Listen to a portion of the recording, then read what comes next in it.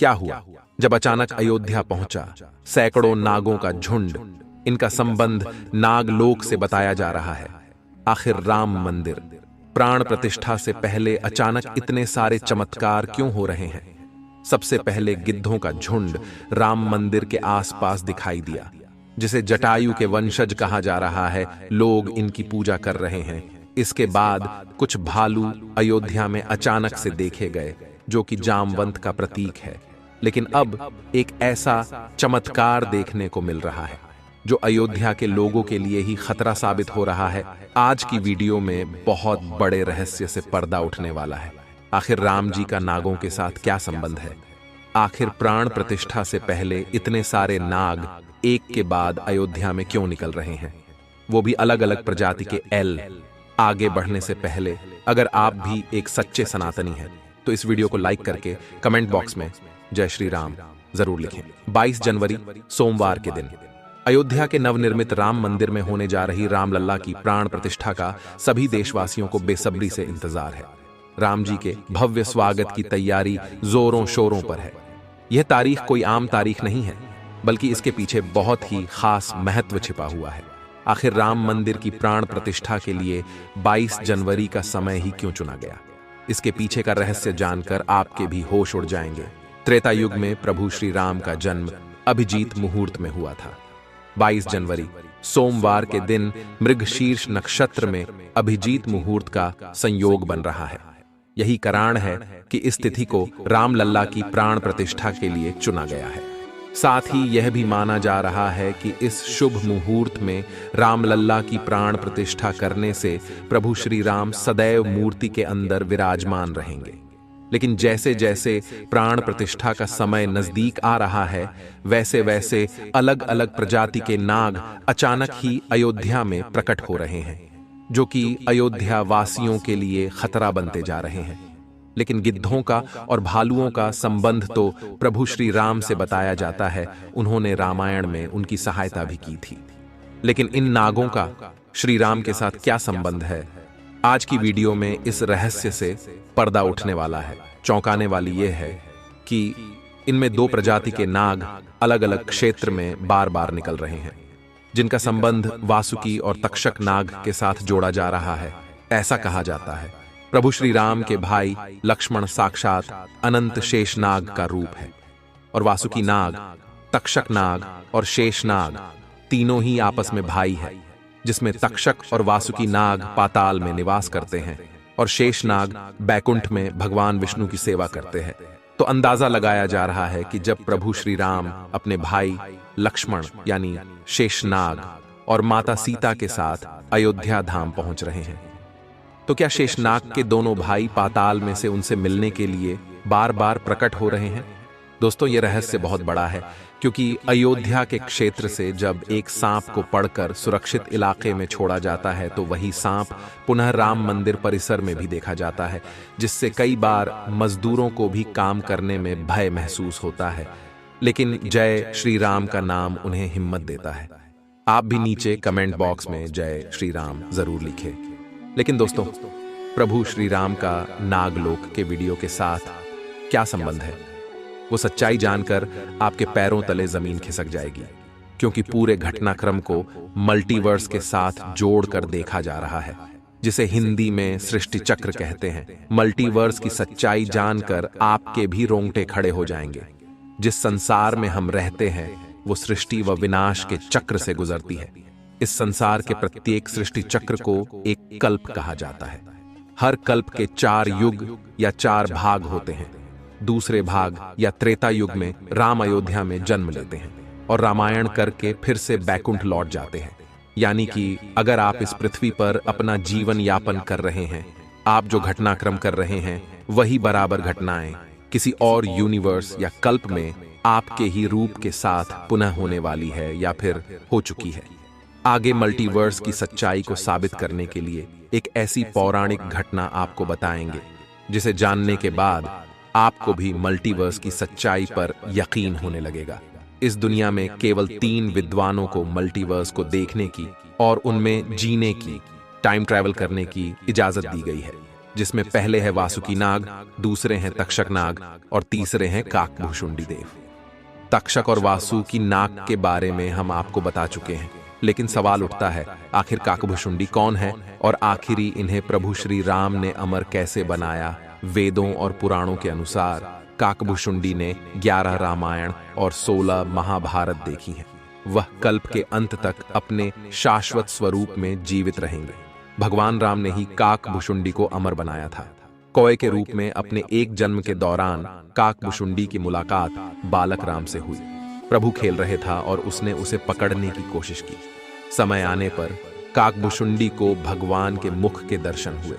बालक राम के मुख में आकाश गंगाओं और ब्रह्मांड को देखने के बाद काकभुशुंडी ने भगवान राम से दूर उड़ना बंद कर दिया और उनके पास लौट आए।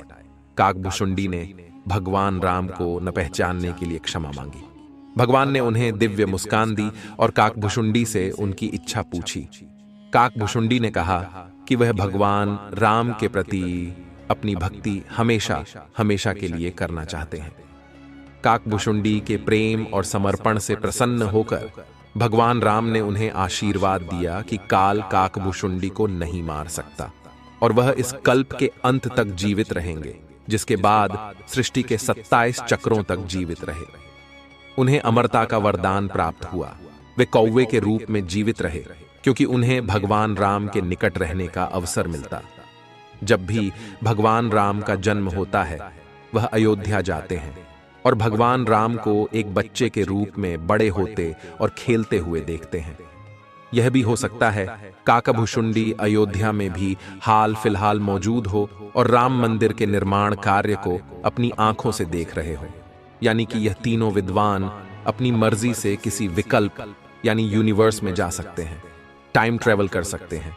और अयोध्या में अचानक से नागों का पाया जाना, वो भी राम मंदिर प्राण प्रतिष्ठा से पहले, तो इनका संबंध भी वासुकी और तक्षक नाग से लगाना गलत नहीं होगा। इन नागों के दर्शन मात्र से भक्तों का उद्धार हो जाता है। लेकिन कई लोग होंगे जो अभी भी मल्टीवर्स यानी सृष्टि चक्र को मानने को तैयार नहीं होंगे। लेकिन आगे हमें कैसे कहानी, एक ऐसी सच्ची कहानी आपको बताने जा रहे हैं जिसका संबंध रामायण से जुड़ा है, और इसे जानकर आपको विश्वास हो जाएगा कि मल्टीवर्स वास्तव में होता है। जिस तरह दुनिया में आने वाला हर इंसान की मृत्यु निश्चित होती है, उसी तरह इंसान रूप में जन्म लेने वाले भगवान के अवतारों का भी इस धरती पर एक निश्चित समय है। वो समय समाप्त होने के बाद उन्हें भी अपने प्राण त्याग करके अपने लोक वापस लौटना पड़ रहा था।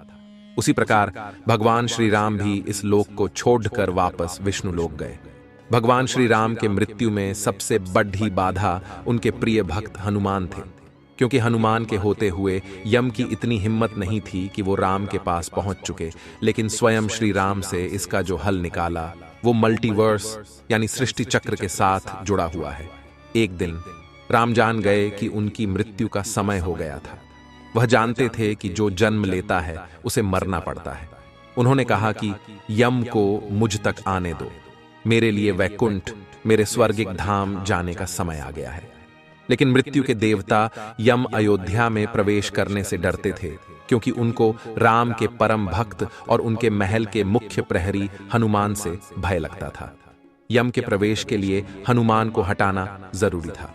इसलिए राम ने अपनी अंगूठी को महल के फर्श के एक छेद में से गिरा दिया और हनुमान से इसे खोजकर लाने के लिए कहा।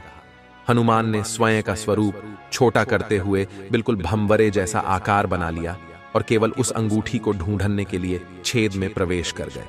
वह छेद केवल छेद नहीं था, बल्कि एक सुरंग का रास्ता था जो सांपों के नगर नागलोक तक जाता था। हनुमान नागों के राजा वासुकी से मिले और अपने आने का कारण बताया। वासुकी हनुमान को नागलोक के मध्य में ले गए, जहां अंगूठियों का पहाड़ जैसा ढेर लगा हुआ था। वासुकी ने कहा, यहां आपको राम की अंगूठी अवश्य ही मिल जाएगी। हनुमान सोच में पड़ गए कि वो कैसे उसे ढूंढ पाएंगे, क्योंकि ये तो भूसे में सुई ढूंढने जैसा था। लेकिन सौभाग्य से जो पहली अंगूठी उन्होंने उठाई वो राम की अंगूठी थी। आश्चर्यजनक रूप से दूसरी भी अंगूठी जो उन्होंने उठाई वो भी राम की ही अंगूठी थी। वास्तव में वो सारी अंगूठी जो उस ढेर में थीं, सब एक ही जैसी थी। इसका क्या मतलब है? वह सोच में पड़ गए। वासुकी नागबाले, जिस संसार में हम रहते हैं वो शुरू भी होता है और प्रलय के साथ उसका अंत भी हो जाता है। प्रत्येक कल्प में चारों युग आते हैं और समाप्त भी होते हैं, और हर सतयुग के अंत में एक वानर इस अंगूठी का पीछा करता है और पृथ्वी पर राम मृत्यु को प्राप्त होते हैं। इसलिए यह सैकड़ों हजारों कल्पों से चली आ रही अंगूठियों का ढेर है। सभी अंगूठियां वास्तविक हैं। अंगूठियां गिरती रहीं और इनका ढेर बड़ा होता रहा। भविष्य के रामों की अंगूठियों के लिए भी यहां काफी जगह है। हनुमान जान गए कि उनका नाग लोक में प्रवेश और अंगूठियों के पर्वत से साक्षात कोई आकस्मिक घटना नहीं थी। यही मल्टीवर्स का रहस्य था। यह राम जी का उनको समझाने का मार्ग था कि मृत्यु को आने से रोका नहीं जा सकेगा।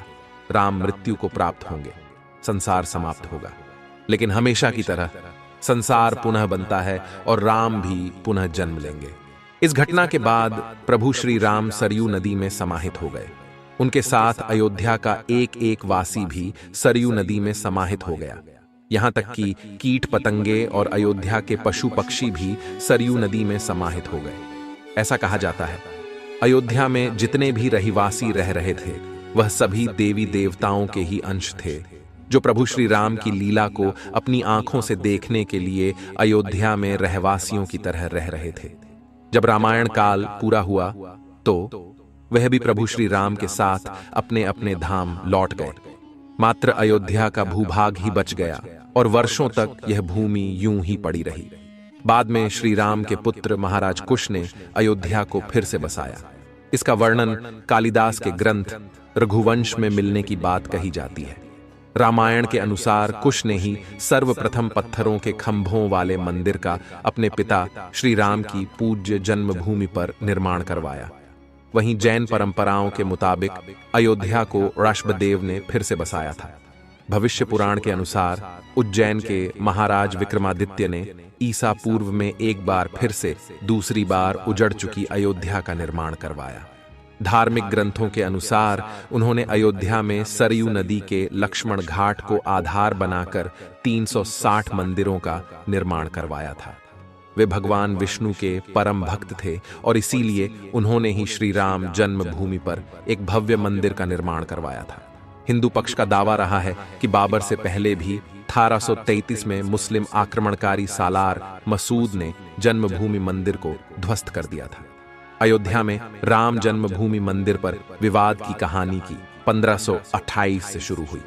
हिंदुओं का दावा रहा है कि मुगल आक्रमणकारी बाबर ने उस पवित्र जगह को तोड़कर उस पर मस्जिद का निर्माण करवा दिया। अयोध्या राम जन्मभूमि बाबरी मस्जिद विवाद पर अपना ऐतिहासिक फैसला देते समय सुप्रीम कोर्ट ने उन सिख ग्रंथों को भी अहम सबूत माना है, जिसके मुताबिक सिख धर्म के संस्थापक गुरु नानक देव जी आक्रमणकारी बाबर के भारत आने से पहले ही भगवान राम की जन्मभूमि के दर्शन के लिए अयोध्या पहुंचे थे। गुरु नानक देव जी 1510 से 1511 के बीच अयोध्या आए थे, जबकि बाबरी मस्जिद 1528 में बनाई गई थी। इतिहासकारों के अनुसार वहां पर बाबर के कहने पर उसके एक सूबेदार ने मस्जिद का निर्माण करवाया था। 23 दिसंबर 1939 को राम जन्मभूमि मंदिर के इतिहास में एक बार से जबरदस्त मोड़ आ गया। उस दिन रामलल्ला की प्रतिमा मस्जिद के अंदर अचानक से विराजमान पाई गई। ये विवाद इतना बढ़ा कि आखिरकार तत्कालीन सरकार उस ढांचे को विवादित मानकर उस पर ताला लगवा देना पड़ा। ढांचे के अंदर नमाज रुक गई, लेकिन बाहर राम चबूतरे और परिसर के बाकी हिस्सों में पूजा अर्चना निरंतर चलती रही। 6 दिसंबर 1992 को अयोध्या में राम जन्मभूमि आंदोलन से जुड़े लाखों कार सेवक जुटे थे। उन्होंने ही उस विवादित ढांचे को ध्वस्त कर दिया। भगवान रामलल्ला ढांचे से निकलकर अस्थाई टेंट में आ गए। यानी कि राम मंदिर का इतिहास बहुत बड़ा है। कई लोगों के संघर्ष की कहानी है और कई कारसेवकों के बलिदान का प्रतीक है।